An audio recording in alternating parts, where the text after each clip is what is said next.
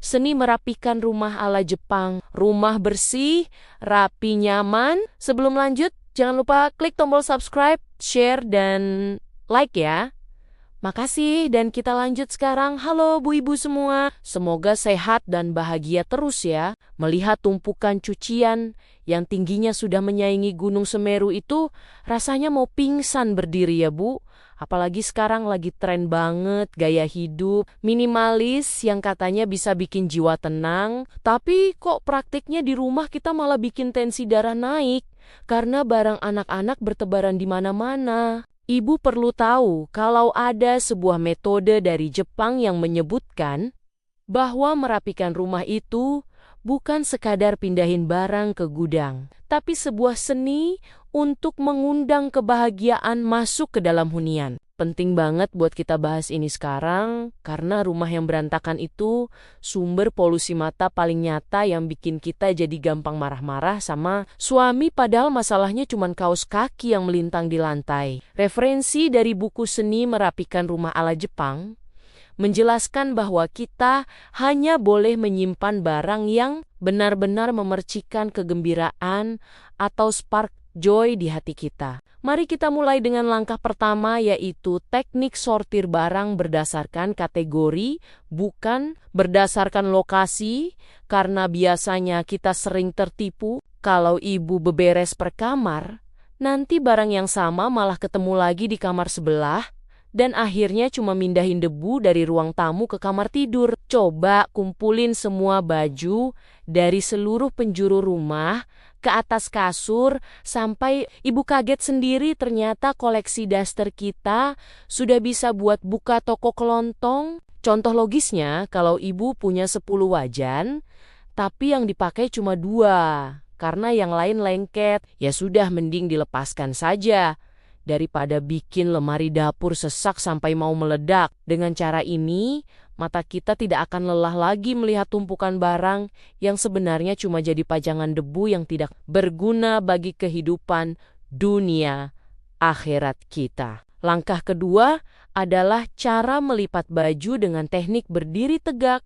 supaya semua koleksi terlihat jelas saat laci dibuka. Bayangkan kalau ibu susun baju bertumpuk ke atas, pasti yang diambil selalu yang paling atas dan yang paling bawah nasinya jadi bubur karena lecek tidak karuan. Dengan teknik Jepang ini, daster-daster kesayangan ibu bakal berdiri rapi seperti prajurit yang siap bertugas dan ibu tidak perlu lagi mengacak-acak seluruh isi lemari cuma buat cari satu kerudung. Ini sangat menyelamatkan waktu kita di pagi hari yang biasanya sudah penuh drama antara anak yang belum mandi dan penggorengan yang sudah panas. Kalau lemari rapi, hati kita juga jadi ikutan rapi.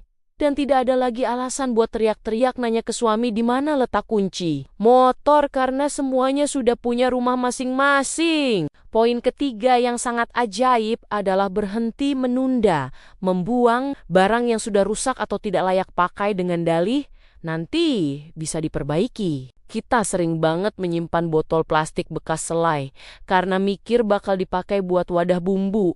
Padahal akhirnya cuma jadi sarang kecoa di pojokan dapur. Ibu harus tegas seperti ibu kos menagih uang sewa. Kalau barang itu sudah tidak memberikan manfaat, ya sampaikan terima kasih, lalu buang atau donasikan. Contohnya kuali yang pegangannya sudah copot satu, jangan dipaksakan tetap eksis karena itu cuma nambah beban emosi saat kita lagi masak opor. Rumah yang bersih itu asalnya dari keberanian kita untuk berpisah dengan masa lalu berupa barang. Barang yang sudah jadi sampah terselubung. Selanjutnya ibu perlu menerapkan sistem satu masuk satu keluar supaya barang di rumah tidak terus berkembang biak tanpa kendali. Kalau ibu beli satu panci baru yang glowing, maka satu panci lama yang sudah gosong dan hitam pekat itu harus rela keluar dari area dapur kita. Jangan biarkan rumah kita jadi museum barang antik yang isinya cuma kenangan, tapi fungsinya nol besar buat kenyamanan keluarga. Ibu pasti merasa lebih lega kalau area meja makan bersih dari tumpukan surat tagihan atau brosur promo supermarket yang sudah kedaluarsa bulan lalu. Ruangan yang lapang itu bukan cuma enak dilihat, tapi juga bikin kita tidak gampang tersandung saat lagi jalan buru-buru, mau angkat jemuran karena mendung tiba-tiba datang. Sentuhan terakhir dari seni Jepang ini adalah menghargai setiap sudut ruangan dengan memberikan aroma yang menenangkan dan pencahayaan yang pas. Ibu bisa taruh pengharum ruangan aroma teh hijau atau bunga sakura supaya vibes rumah beneran seperti di Kyoto, bukan seperti di pasar kaget. Jangan biarkan lampu teras mati berhari-hari karena energi positif itu suka dengan tempat yang terang dan terawat. Dengan penuh kasih sayang, rumah yang rapi itu sebenarnya bentuk cinta kita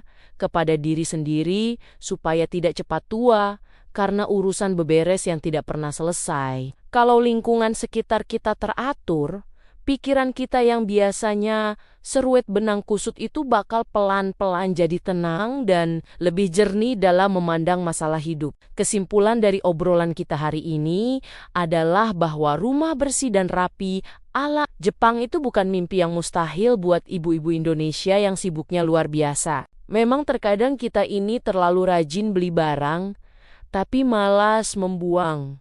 Sampai rumah rasanya makin sempit dan hati makin sempit juga. Mari kita lakukan otokritik sedikit. Mungkin selama ini kita terlalu sayang sama barang, tapi lupa sayang sama ketenangan jiwa kita sendiri. Namun jangan berkecil hati, karena tidak ada kata terlambat untuk mulai berubah dan menata kembali istana kecil kita dengan penuh kesadaran. Optimislah bahwa dengan sedikit usaha setiap hari, rumah kita bakal jadi tempat paling nyaman di dunia untuk pulang dan beristirahat. Semangat ya Bu, buat mulai memilah barang-barang di pojokan rumah yang sudah mulai berdebu tebal itu. Kita kerjakan pelan-pelan saja sambil dengerin musik atau sambil ngemil gorengan supaya tidak terlalu terasa berat seperti beban hidup yang semakin berat karena harga BBM ikutan terbang ke angkasa. Ingat, kalau rumah yang rapi